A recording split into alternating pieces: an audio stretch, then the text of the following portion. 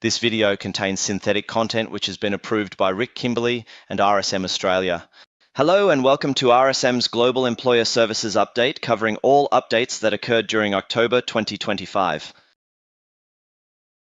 A parliamentary sitting occurred on the 9th of October 2025, introducing the following two bills to the House of Representatives with the view to implement Payday Super elements.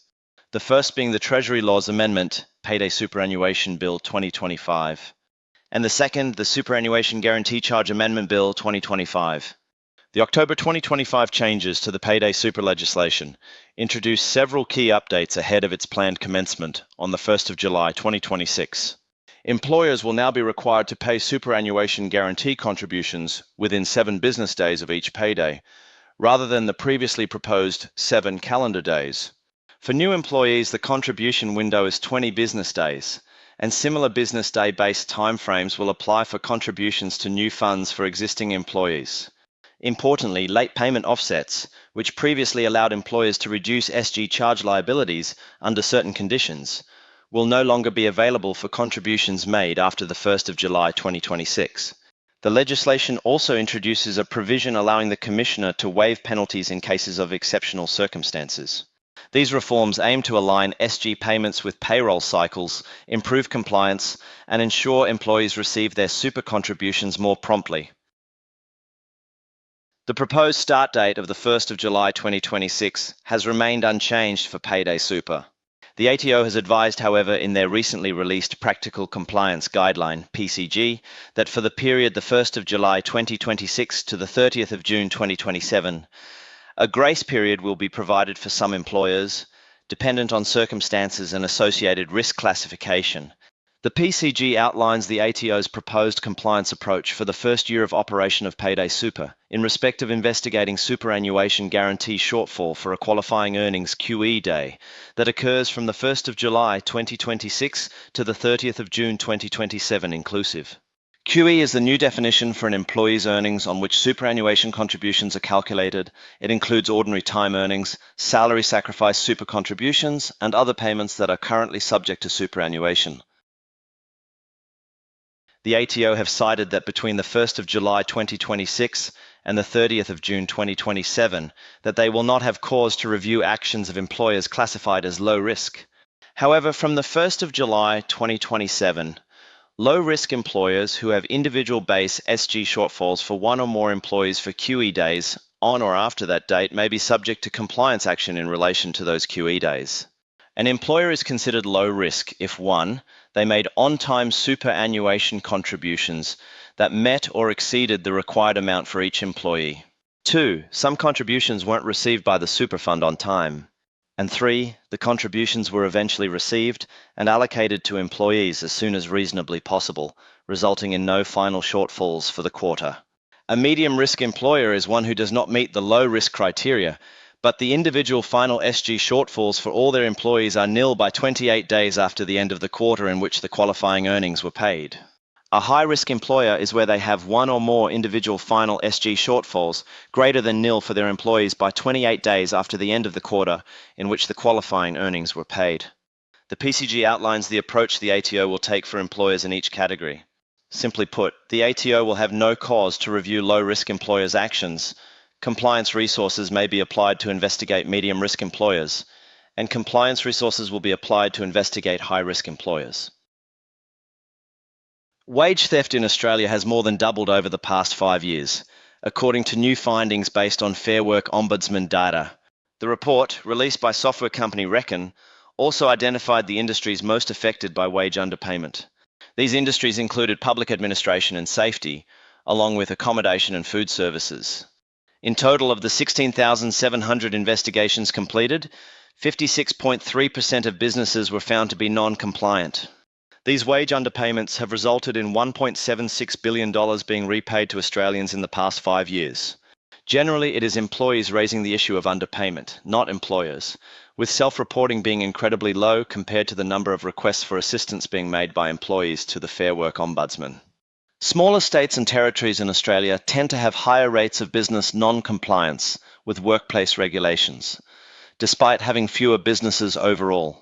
The Northern Territory, Tasmania, and Queensland show particularly elevated rates. In contrast, larger states like New South Wales and Victoria, while receiving more reports, have proportionally lower non-compliance rates due to their larger business populations. Western Australia stands out with the lowest rate of non-compliance, reflecting stronger adherence to regulatory standards. The Federal Court has confirmed that franchisors are presumed liable for franchisee breaches following the Baker's Delight v Fair Work Ombudsman case.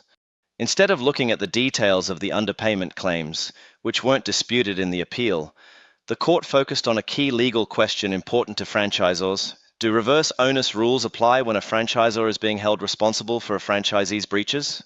In its decision delivered on the 16th of October 2025, the full court confirmed that they do. The full federal court's rejection of Baker's Delight appeal has reinforced the Fair Work Ombudsman's authority to hold franchisors accountable for workplace violations committed by their franchisees, highlighting the increased legal risks franchisors face when breaches occur within their networks. The FWO relied on extended liability rules, along with a strong reverse onus provision in Section 557C of the Fair Work Act. This rule means that if an employer fails to meet record-keeping requirements, they must prove they didn't break the law, unless they have a valid excuse. The full court ruled that Section 557C was not confined to proceedings issued directly against an employer or franchisee. The full court specifically rejected Baker's Delight's claim that Section 557C shouldn't apply to franchisors. The full court clarified that the purpose of the extended liability provisions is to hold franchisors accountable when they have the ability to oversee and influence how their franchisees operate. This case has significant implications for franchisors as poor franchisee record-keeping reverberates to franchisors, leaving them liable. A recent Fair Work Commission ruling in favour of a Westpac employee seeking to work remotely has raised concerns among employers about offering temporary work-from-home arrangements. The decision, which supported the employee's request to continue working remotely after relocating, was based on their long-standing successful work-from-home history and the Fair Work Act's flexible work provisions. The Fair Work Commission made several important findings in support of the employee's remote work request.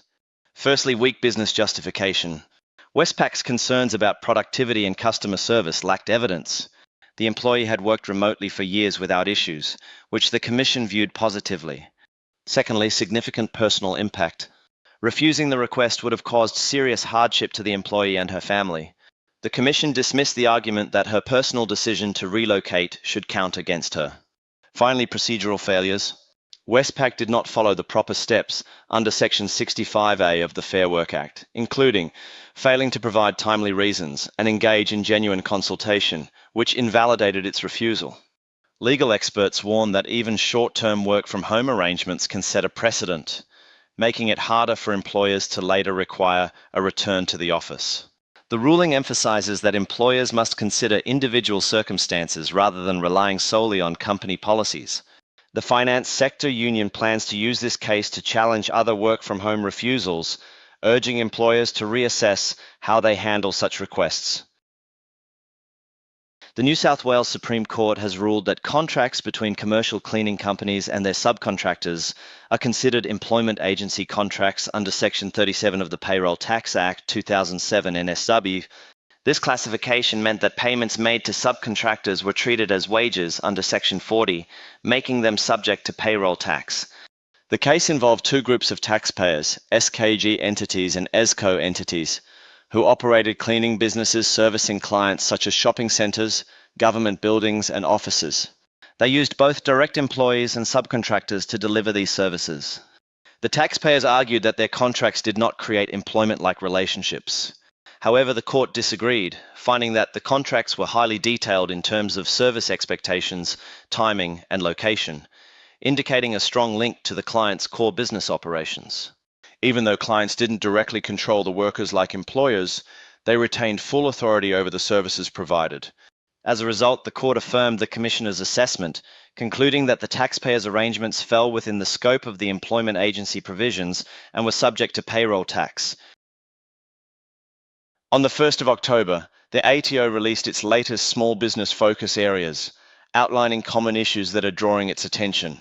It highlighted specific industries that often experience recurring problems with tax compliance. The construction industry and the professional, scientific, and technical services sector, which includes accountants, engineers, and architects, were among the key areas of focus. The ATO noted that it continues to see recurring issues in certain industries. These sectors are closely monitored, and the ATO will conduct audits and apply penalties and interest where necessary. Common problems include errors in income reporting, expense claims, goods and services tax registration, and the research and development tax incentive offset.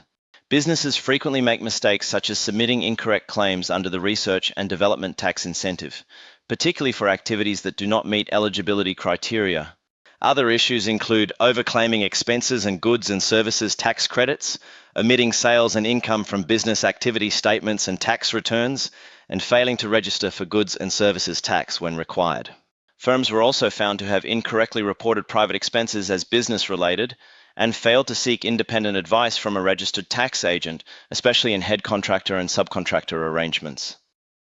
The ATO has urged small businesses to take proactive steps to ensure they are getting their tax compliance right, especially for those in the identified sectors, as they will face increased attention and ATO activity. Owners of the Cinnamon Cafe chain in Perth have been penalised $31,000 for underpaying a worker and failing to keep the necessary employment records, as required under Section 535 of the Fair Work Act 2009.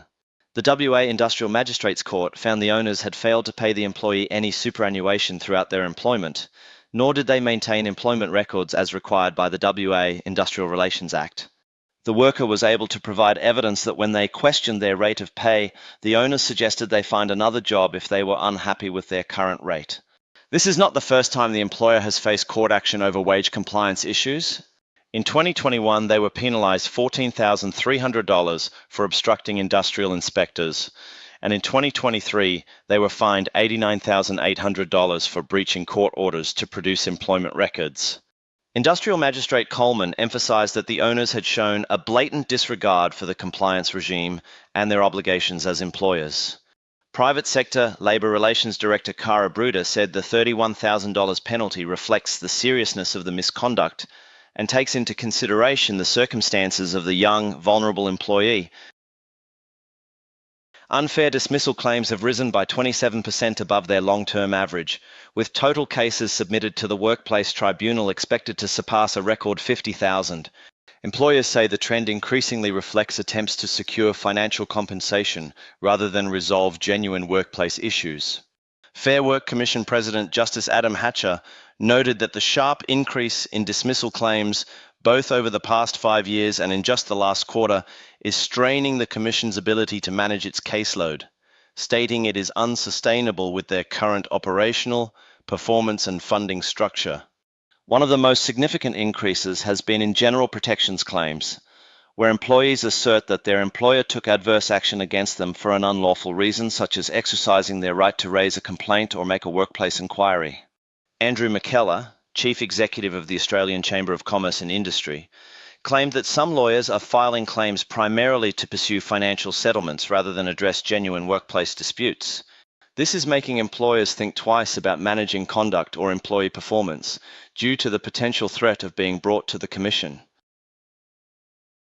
Thank you for joining us for our October Global Employer Services Update. If you have any questions or would like to discuss how these developments may affect your business, please don't hesitate to contact your local RSM Global Employer Services team. Myself and Peter in Melbourne, Gina and in Perth, or Jason in Sydney. Looking forward to connecting with you soon.